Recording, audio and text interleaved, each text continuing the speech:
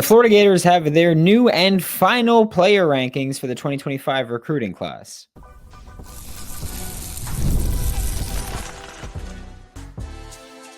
You are Locked On Gators, your daily podcast on the Florida Gators. Part of the Locked On Podcast Network, your team every day. Hello and welcome back to another episode of Locked On Gators, part of the Locked On Podcast Network, your team every day. Thanks for making Locked On Gators your first listen of the day every day. We are available daily and free wherever in the podcast and on YouTube. Happy Friday. I am Brandon Olsen. Find my written work with New York Giants on SI. Find me on Twitter /X at WNS_Brandon. Today's episode of Locked On Gators is brought to you by Game Time. Download the Game Time app, create an account, use code Locked On College for $20 off your first purchase. And next week is the final signing day for 2025 recruits. Okay. So most schools are pretty much done. That's how it's become now is, hey, early signing day is now the signing day, and regular signing day is more of late signing day, I guess we'll call it. And so for Florida, they're mostly wrapped up. Maybe add a player or two into the room or into the class. With Tennessee cornerback commit Onis Konanbani has been the main guy that we've talked about for a long while now. And we talked about him before early signing day. He then pushed back his commitment to February, which was always going to be a possibility, or push back his signing to February. And now we're approaching the time where, hey, it's time to lock it in or not. And we'll talk more about Onis as we get a little bit closer to signing day. So next week we'll talk about Onis. But I wanted to go through the Florida Gators 2025 recruiting class and look at where final rankings are because, well, some of them are interesting, right? I mean, you look at a guy like Vernon Brown, and we're going sorted by the On3 industry ranking. So it uses all of the recruiting services and their rankings. We're going by On3's industry ranking, which Vernon Brown III is the highest rated Florida Gators commit. He is a 5-star on On3, but he's a 4-star or 5-star on the On3 industry ranking, but 4-star on On3, 4-star on 24/7 Sports, 4-star on ESPN, and the reason he's a 5-star here is because he's a 5-star with Rivals. I'm not going to do this for every Florida Gators commit because I don't think it's fair to do that. But I will say that I don't know how On3 looks at Vernon Brown III and goes, yeah, you know who that is? The 70th best player and the 10th best receiver. That just doesn't make sense to me. And I know it's not the Gators Online guys that do the rankings. It's other people. And yeah, we talk about all the time of like, oh, they come to Florida and they get a dip. They go to Georgia and they get a bump. We can acknowledge that those things probably happen. However, it's not something that I'm going to sit here and complain about and cry about. Just because it doesn't matter, right? Like, no one's going to hold them accountable. They're still going to get their engagement. They're still going to get everything. So it just doesn't matter. I just disagree with having him 10th. 24/7 has him 5th. ESPN has him 7th. Rivals has him 3rd. I think that's 3 to 8 is probably the range that I would go, okay, that makes sense. 10th is just a little bat, what crazy. Then you've got Ben Hanks III, who, when Ben Hanks III, we're going to talk about these position rankings as well. When Ben Hanks III committed to Florida, if I'm not mistaken, it was when he committed. It might have been before he even committed.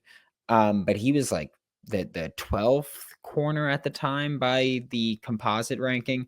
And I remember calling that out for being ridiculous because, and again, I don't watch every corner. Trust me, I don't think they do either. I don't watch every corner, but I can watch Ben Hanks III, and I can say, even if I don't watch every corner, I can pretty confidently say there wasn't 11 better corners than him or 12, whatever the number was, that there weren't that many better than him.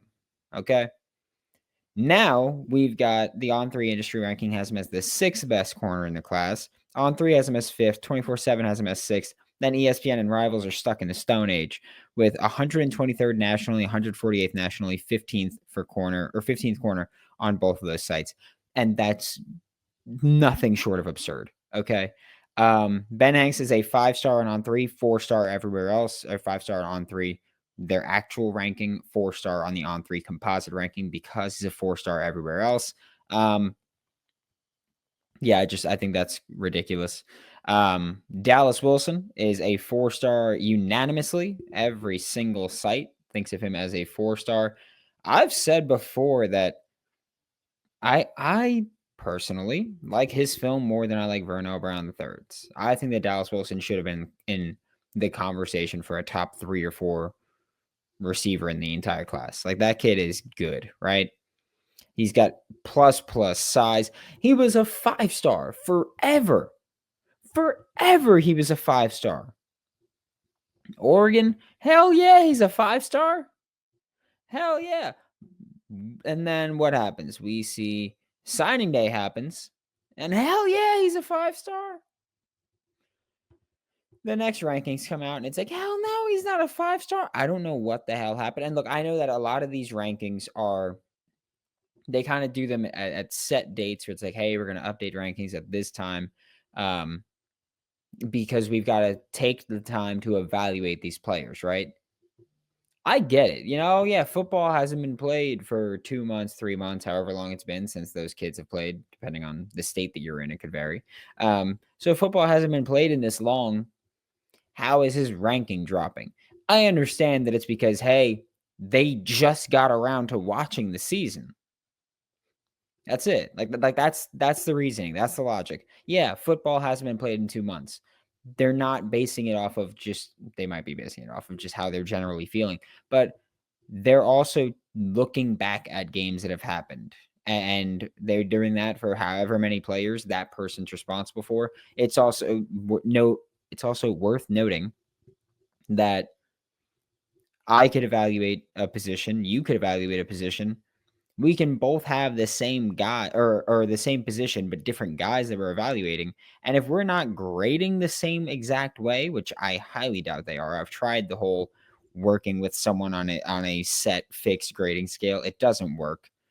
It's just too opinion based. So that could be different. Dallas Wilson should be a 5-star. I don't care. Nothing happened in months that would justify him dropping in his ranking, other than, hey guys, I'm going to go to Florida. That's it. That was the only thing that changed. That was the only thing that mattered to them that actually changed. And it's freaking ridiculous. It is. Like, some of these, I don't know who does what rankings, of course, or who does what grades, who gives what grades, but like, some of these evaluators should not be allowed to evaluate. I will say that about them again. I don't know who does what, but if you're listening to this and you know the players I'm talking about and you know who evaluated them, it's that person's fault. Just know that. We're going to talk about one more, and then we're going to hit the break and we look through the rest of the class. Hilton Stubbs is here as a 4-star across the board, except Rivals has him as a 5-star. Rivals, you may remember, John Garcia Jr. used to come on Locked On Gators every single week. And I will say, like, look, they got it wrong with Ben Hanks III. With where they rank him. They got it wrong with Dallas Wilson, but they nailed the Hilton Stubbs eval. They nailed the Vernon Brown III eval. Vernon Brown III. I almost said junior because dad. But they nailed the Hilton Stubbs one. I'm not going to get too harsh about the Hilton Stubbs evaluation. I understand, calling him the 10th best safety. Sure, I disagree, but not as strongly as I disagree with Vernon Brown. Not as strongly as I disagree with Ben Hanks being listed as a 15th corner. That's just ridiculous. But Hilton Stubbs, I get it. Rivals is higher on him than I am. Rivals has him second safety in the country. I think 24/7, ESPN having him 6th. Pretty close there. But he is a 4-star. Yeah, Florida has one 5-star industry player, and it's Vernon Brown III. And that's it. Hilton Stubbs is a 4-star everywhere except Rivals, like I said. And he is one of the crown jewels of what is one of the best safety classes in the country with him and the guy that we're going to talk about next when we get back with Locked On Gators. Attending NFL playoff games is an experience like no other, and one that, like I've said, I will probably never get the joy of experiencing for the rest of my life, because they're the New York Giants, and the New York Giants are going to New York Giant, and that's not fine, but it's the truth. This year, Game Time makes it even easier to create unforgettable moments. With their new feature, Game Time Picks, it filters out the fluff and shows you only the best deals on great seats so you can focus on what matters, which is being there. Take the guesswork out of buying tickets with Game Time. Download the Game Time app, create an account. Use code Locked On College for $20 off your first purchase. Terms apply. Again, create an account, redeem code Locked On College for $20 off. Download Game Time today. Last minute tickets, lowest price guaranteed. Thanks for making Locked On Gators your first listen of the day. Every day, we are available daily and free wherever you listen to podcasts and on YouTube. And we spoke about the first, 5 ranked players in the class, the top 4 ranked players in the Florida Gators class. And then we'll go through now Lagonza Hayward, the other safety that was a one-time Tennessee commit. He's a 4-star across the board. I think that's fair. I don't even get, honestly, on 3, having him as the 3rd safety is kind of wild to me. That's considerably higher than I would have him, or than where I think he's at. But the 9 to 15 range from ESPN Rivals 24/7, I feel like that's pretty accurate. There are going to be questions about some things for this play. We could talk about at a later date more in depth. I don't have as many concerns. I do know there's people that are like, oh, he's 6'1", 205, loves to come down and hit. Let him play linebacker. Let him play box safety. Let him play safety in a too high. That's fine. It's really fine. I think people are just so hung up on wanting to move a guy to a different position just because they can. And I think that's where some of the doubt comes when you see 24/7 having him 15th as safety. Again, I don't think it's too egregious, but I do think that when there's people that aren't very high on him, I think that's kind of what it is. Jaden Woods, the edge rusher out of Shawnee, Kansas, 4-star across the board. It was weird. I felt like I need to see what his ranking was when he committed to Florida, because I feel like when he committed, they kind of went nuts, right? Like I feel like, and by they I mean the recruiting sites. I feel like they kind of went nuts when he committed to the Florida Gators. He was 75th player in the country. And then now 24/7 themselves have dropped him to 90, which, 15 spots is notable at this point, but really there's a margin for error there. But Jaden Woods, someone that I think that, people see 6'3", and they're going to be like, oh, that's a little short-ish for modern edges. Long ass arms. I'm going to be honest with you. He's just got long ass arms. I think he's going to be real physical at the point of attack. 4-star player. Love the addition. And that's the thing too, right? Like I can say, yeah, I love the film. I love the addition. 4-star. Sure. I don't care. 4 stars can play for me, right? Jalen Wiggins is next out of JM Records in Tallahassee, Florida, which we will again give him his round of applause, because when Jalen Wiggins committed in January of last year, over a year ago at this point, actually, he committed in January of last year, and a lot of the chatter around, oh, Jalen Wiggins committed to Florida, but he's in Tallahassee. Florida might not have a great year. Tallahassee just finished a great one. He just might flip. Like he might be the kind of recruit that's going to flip. He committed real early in the process. He might flip. Ended up sticking through, and for the overwhelming majority of the process, people were like, yeah, who's really recruiting me as the player recruiter in this class? Jalen Wiggins. And so Jalen Wiggins has done a hell of a job. ESPN's the highest on him with 65th player in the country, 6th defensive lineman. Which again, I know that Jalen Wiggins is someone that, at one point he was listed as an edge, then D-line, and so that's going to cause some variation between rankings and recruiting. Personally, I think he could play like the Tyreek Sapp type role. Maybe he can put on a little bit more weight and play more of a Caleb Banks 3-tech role. I think he's a versatile player that you can move around, but hell of a defensive lineman. Ty Jackson, another one where When Ty Jackson committed to Florida, he was an incredible recruit, an elite recruit. Everybody was like, oh, this might be the best linebacker in the country. And then he committed to Florida, and the recruiting sites went, never mind. Except for ESPN. ESPN has him as the 52nd player in the country, still the first linebacker in the country. 24/7, and Rivals have him 20th.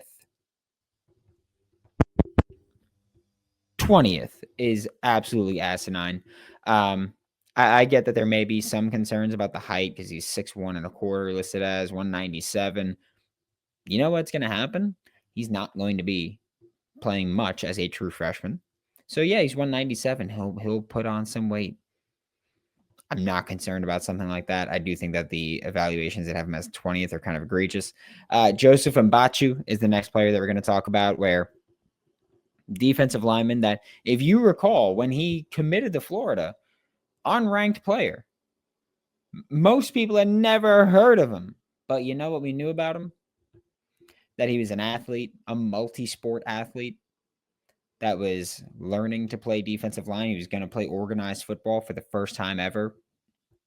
6'4 and a half, 280.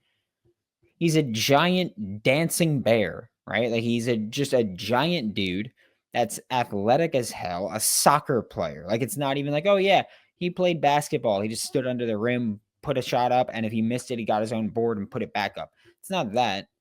He was playing soccer. He's a dancing bear, okay?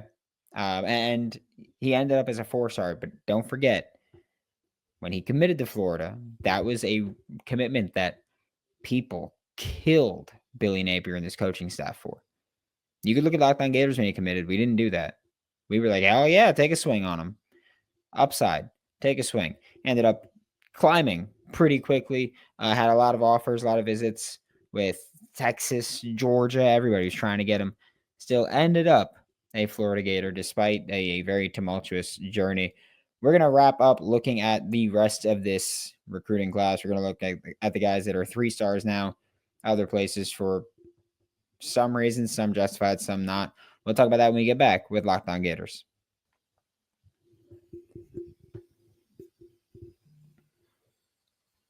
Thanks for making Locked On Gators your first listen of the day. Every day we are available daily and free reviews in the podcast and on YouTube. To wrap up today's episode of Locked On Gators, we're talking about the bottom of this recruiting class, which really, we're still starting in the middle of it. Running back Byron Lewis, the first of 3 running backs that we talked about, or that we're going to talk about today. First of 3 running backs that Florida took in the 25 class, which was unexpected. When Byron Lewis committed, we were like, oh, Chad Gasper's probably out now. But nope, he's back in as well, which, makes sense when you got Montrell's gone. Possibly going to lose one of Treyon Webb or Katie Daniels to the portal, if whichever one doesn't play much in 25 is going to be thought of as a portal. Not saying they're leaving, but they're going to be thought of as a portal risk. So you're kind of operating with some foresight here of, hey, if we lose one of those guys, we'll have someone else coming in to replace them. We'll be fine. They'll be in year 2. Makes sense. Byron Lewis, 4-star everywhere except 24/7, where he's a 3-star. Thought his film was pretty good. I don't know what it's going to look like at the SEC level, but he played in American Heritage. Usually a pretty good sign that things can translate over athletically, at least. You got offensive lineman Tavaris Dice, who's a 4-star everywhere except On3 itself. He's also a 4-star on the On3 industry ranking, which, as is Byron Lewis, by the way. But Tavaris Dice was someone that long recruitment process. He was committed to Auburn for a long while, and it never let up for Florida trying, at least, right? There were times where it was like, oh, well, it felt like it might not happen. But this is a thing that we talked about last spring, I want to say it was, with Tavaris Dice, where it's like, well, this is a recruitment that's been going on for a really long time. He's been committed to Auburn for a really long time, but it feels like it's still going back and forth. And I feel like that just so rarely works out for the team that got the initial commitment. And not to pat myself on the back, but that's what happened here. We've seen it happen with Florida. Like you see that happen with players all the time, where they're committed to one place, but they don't shut the door on their number 2 option. And then eventually that number 2 option breaks through and lands the commitment. It happens all the time every year. Nashawn Montgomery is a 4-star on the industry composite, 3-star with On3 and 24/7, a 4-star with ESPN and Rivals. So I'm torn on the name Montgomery bit. I do think that ESPN and Rivals are closer as far as where he should rank, but I don't think that he's as far down as On3 and 24/7 have him. On3 has him as the 87th receiver in the country. 24/7 has him as the 57th. ESPN and Rivals have him 12 and 13. I would have said 20 something, maybe 30. So I'm kind of in the middle of both of these rankings, but he's a hell of a football player, right? Like we've seen him go up and get it. We've seen him be able to run right past defenses. Like if he can put everything together on a consistent basis, he's going to get the ball out and be really freaking productive. The final 4-star offensive player, if I'm not mistaken, we got one more. My bad. We got Tramel Jones, quarterback, 4-star on the industry composite ranking, 3-star on On3 and 24/7, 4-star on ESPN and Rivals. Rivals has him as the 5th best QB in the country. I'll take it. I think he's a good football player. He's coming off of an injury. We'll see what happens. I'm sure that also played into his ranking. Like On3 has him as 35th. That's a bigger gap than usual. Like with receiver, you could say, oh, Rivals has him as 12th. That's the best. On3 has him as 87th. That's the worst.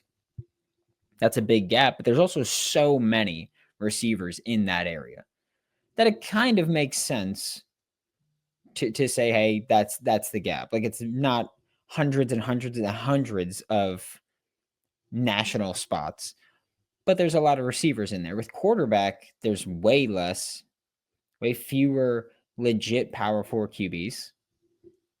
So a 30 spot gap is kind of eye popping. I would assume that it's because of the injury, which he's supposed to be full go for the Florida Gators for 2025. So hopefully that won't matter at all. I also don't know how much it should matter for a quarterback that isn't overly reliant on his legs and mobility.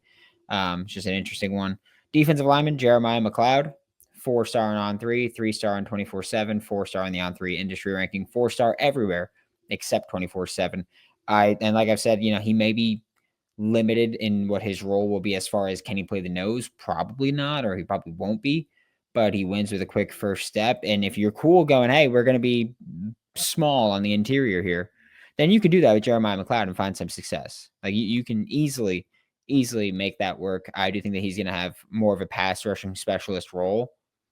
Not a bad thing at all. Or you can put him as a defensive end and have some fun with him there. Like if he's a big end, you can have some fun there. Like he's another one that can play the Tyreek Sapp type role. I mean, I'm down here in Mobile at the Senior Bowl, and Toledo's Darius Alexander has lined up at every spot on the defensive line and a stand-up edge rusher and has been cooking. Like teams are just like, hey, if you could play every spot, we'll want you, and we're going to figure it out. Waltez Clark is the last industry composite 4-star on the entire team. 4-star on the On3 industry ranking, 3-star on On3, 4-star everywhere else. Good football player that could play multiple spots. I think that the Florida Gators and many teams are going to love what he brings to the table. I think he's going to be an impact player, not from day one, but throughout his time. I think he's going to be someone where it's like, yeah, he's just always consistent. And I think that's what Waltez Clark brings to the table. He can bring consistency. He might not be ripping off 80-yard touchdown runs, but he's going to consistently churn out yards and be physical through contact, and they're going to love that. On the offensive line, Jahari Medlock has a 4-star ranking on On3, but he's a 3-star on the On3 composite and 3-star on every other site. He's one where was a 0-star when he committed to Cincinnati in June last year and skyrocketed and ended up picking up offers and interest from everybody and their mother. Georgia Tech were two of the schools that really pushed for him as well on the offensive line. And if those schools are pushing for you on the offensive line, I'm going to assume you're pretty good. If Brent Key wants you, I want you. That's the rule now. Stephon Shivers, defensive tackle, 6'4", 6'5", damn near 400 pounds. I know that he's probably going to lose a considerable amount of weight, but he's just a tank. He's a 4-star on ESPN. I don't care about his ranking. He's a nose tackle. No one's ever going to get that eval right because they're going to go, oh, he can't rush the passer. He's not, he's not an impact player. That ain't how it works. Like I just mentioned, I'm at the Senior Bowl. People are talking about Cam Jackson like that. I was legitimately waiting to get onto the field today, and I heard people talking behind me. I didn't butt in. I'm not going to be like, oh yeah, I was definitely listening to your conversation.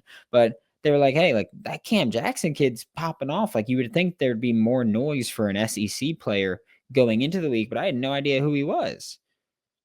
And I was like, crazy. But it's honestly as simple as if you're not a pass rusher, people don't know who you are. They don't think you're that good.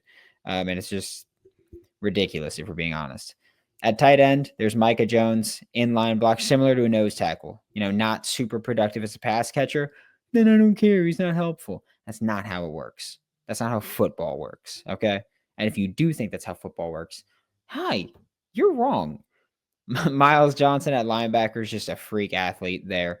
Had some injury problems, was committed to Alabama for a while, ended up flipping to the Florida Gators, and they seem like they think they can make some stuff work with him. The athleticism is there, just about teaching him how to actually play linebacker. Receiver Muiz Tankara is one of my favorites of the class. We've been talking about him for a long while. That I love what he brings to the table. I do. He's 6'3", he plays like it, puts people in the ground as a blocker, kick return touchdown or punt return touchdown on his film. He's a hell of a football player. Just bring him in and teach him how to play receiver, not just be big dude that mosses everybody. Teach him how to work on his release. Teach him how to run routes cleaner, separate better, and you're looking at someone that's actually going to be a contributor for you for a long while. Running back Chad Gasper, like we said, he's someone that we talked about and was like, well, we thought that he might be kind of pushed out after Byron Lewis joined the class. But nope, Chad Gasper's in. I like his film, I think, more than most people do. I don't think he's going to be amazing, but I think that he's got pretty good vision. I think that he's a very versatile football player. We saw him play receiver and slot receiver as well at high school when he was in Katy, or at Katy. He brings value to the table here. And again, like I've mentioned this before, I know people disagree with me, but I spoke to an NFL running back about this, and I got him on my side. And I told you, I read you guys the quote months ago. So I'm cool with this one. He's played out of the pistol a lot. And for running backs, that matters with your timing and what route you take.